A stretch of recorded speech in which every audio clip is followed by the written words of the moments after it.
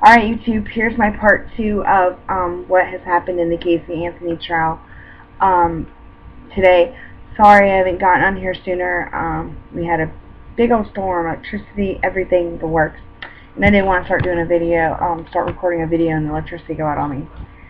But I have to say this was a very interesting afternoon after the lunch recess, and I very much anticipated what Baez is going to say. I've actually had to go back and watch some of it because I missed part of it since our electricity went out, everything. So before I wanted to make the video, I wanted to go back and make sure I had the proper notes and all that good stuff. And thank you to Sierra out there who's on YouTube, who has everything you can imagine from the trial, the actual videos from trial. And I went ahead and watched on her videos. But let me give it to you in a nutshell, because it was a few hours of defense Jose Baez talking. Big shocker. If you haven't heard yet, Mr. Baez went ahead and was, he said, oh, you'll find out in the first minute to 3 minutes of my opening statement, XYZ, blah, blah, blah, blah. It took about 20-30 minutes to get there. Well, no, I'm sorry. That's not true. About 15 minutes, if I remember correctly. About 15 minutes or so. He says, people are always asking the question, why is it that Casey Anthony did not report her daughter missing for 31 days? And he says, well, I'm going to answer that for you.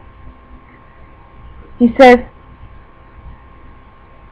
Kaylee died on June 16, 2008, when she drowned in the family pool. Now, if you think back to some of my other videos that I've done in the emails, Cindy's brother said they heard somebody in the pool. That the neighbors had heard somebody in the pool. And so that Kaylee drowned in the pool and she got scared and tried to cover it up. Now, believe me, that wasn't as much of a shocker as what came out of his mouth after that. And when he said this, Casey, her little tears like this, looking at him, fake. So Jose Baez goes into this big old spew. After Kaylee died, Casey did what she did her whole life, and that was hide her pain, push down everything, go into denial, XYZ. Really? Really? Come on. Said it all started when she was 8 years old. I'm sorry, let me go back before I said that last part. He says, the jury will not hear how Kaylee was abused and that she was loved and cared for and sheltered and food and clothed by her mother. No, more like her grandmother and grandfather. And they said, true, it's true that she pretended she had a job. It's true she pretended to have a nanny. And Casey had to lie. Casey had to lie to be able to live in her life. Really? And he says it all started when she was 8 years old. And that was when her father started coming into her room at night and touching her inappropriately and sexually abusing her. Now, here comes the big waterworks from Casey Anthony. Crying even harder, let me tell you. I thought they were going to drown out of there. Then Baez went to when she was pregnant, showed a picture of Casey pregnant at Cindy's brother's wedding.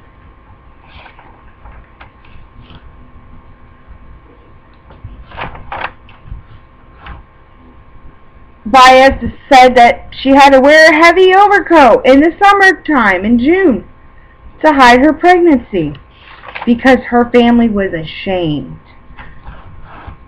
Supposedly. I don't agree with him. I'm just stating what he says. Then saying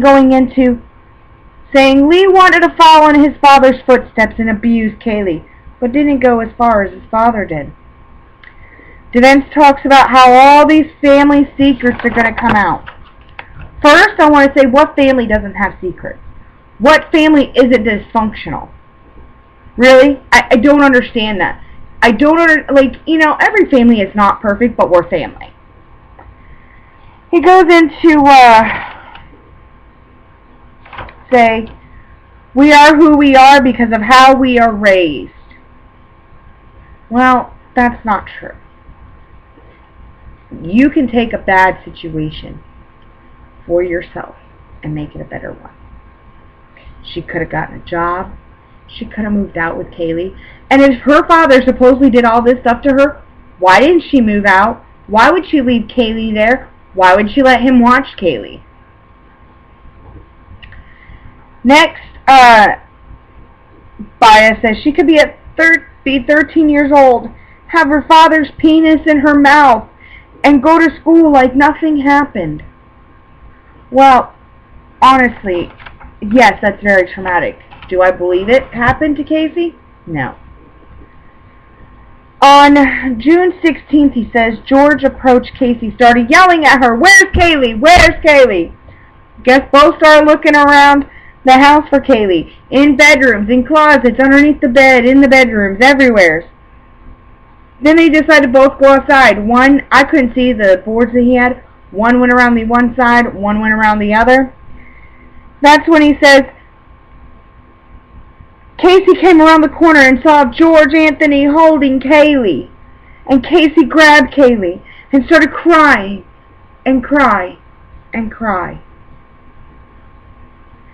He states that George Anthony said, he said that George Anthony told Casey, "Look at what you've done. Your mother will never forgive you. You will go to jail for child neglect for the rest of your life." And then I guess supposedly Casey asked for George's help. And George helped Casey cover it up. I don't believe that for 1 second. And I'm going to tell you why. George loved his granddaughter. I don't believe it for 1 second at all. On June 17th, he says, 2008, Cindy goes to work and tells co-workers someone was swimming in the pool, and they're like, "Of course someone was swimming in the pool." And she says, no, someone left the ladder up.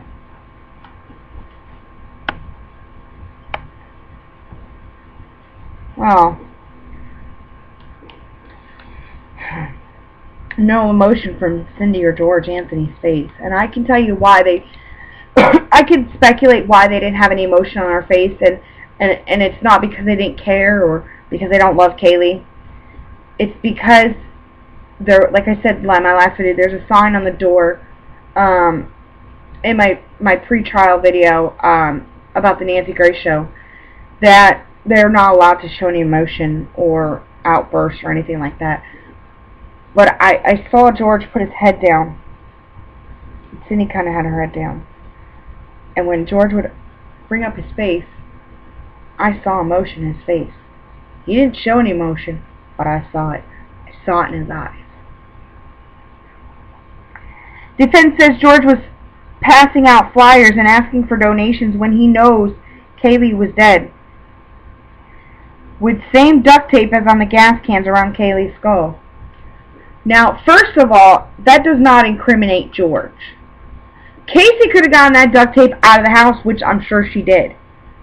I mean, we have duct tape around our house. My husband's not the only one that uses it. I use it for things. I use it to put over boxes and whatever we need it for. And Jose goes into, this was just an accident that snowballed. What about all the lies? And then he goes in to say about Roy Kronk. Roy Kronk tells his co-workers, and said it, or one of Roy Kronk's co-workers said this would be a great place to hide a body, and this was on August 11th.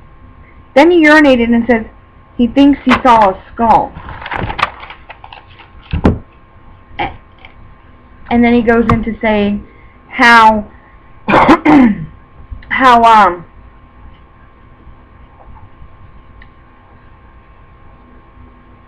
they see this dead snake and they just keep looking at the snake and don't even worry about the skull. This is just from what Jose Baez says. And then he says that Roy Kronk called the police later that afternoon, and Roy Kronk calls again on August 12th. This is no news. No new news. We know this. Now this is where the defense is trying to blame it on Roy Kronk. Again. Saying Orange County got Roy Kronk and paid for his lawyer. Got him a lawyer and paid for it. Saying Roy Kronk placed Kaylee's body in the woods. Really? I mean, come on. How would he have gotten a hold of her body? He has no relationship to the Anthony family. Saying that the smell in Casey's car was non-decomposition, that in fact it was trash she forgot to throw away in the dumpster in front of her boyfriend Tony Lozano's house.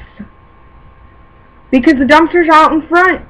She put it in the car and forgot all about it. This is the same day she runs out of gas.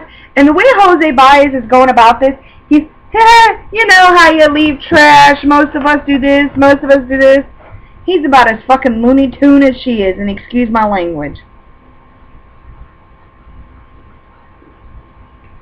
Then he says, George showed up with gas cans to pick up the car from the towing company.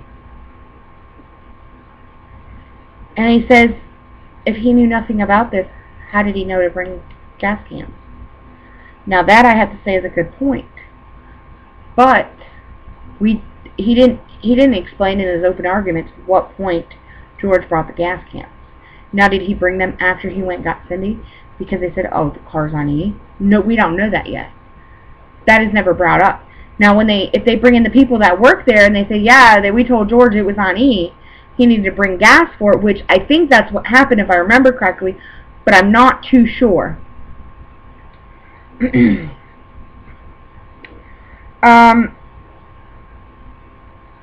Says that they don't know if Cindy knew at the time this all happened with Kaylee, or if she's just finding about everything now, or even know, or he didn't even know until now all this is being brought up about Kaylee. Says on the 911 call, you hear Cindy frantic and tells George Zanny took Kaylee, and says you don't hear him. BS, you do hear him. You hear him in the background going, what? And Cindy reiterates it again, and then you hear something. You can't quite hear what he's making out. But it was nothing. It wasn't nothing. It was something. Again, trying to place blame on everybody else but her. And he says, you don't hear him. Relax, like, what? Let's go get her. Casey's look on her face at this point is mad and worried. Kind of look, again, no tears, and look of, I hope this works to get me out of trouble. That's the look I saw. I'm not a body language expert, but that is what I saw. He talked about the cadaver dogs and how that cadaver dog that hit on the trunk in the backyard no longer works for the police. And says when the dog came back the next day that it did not hit on the backyard.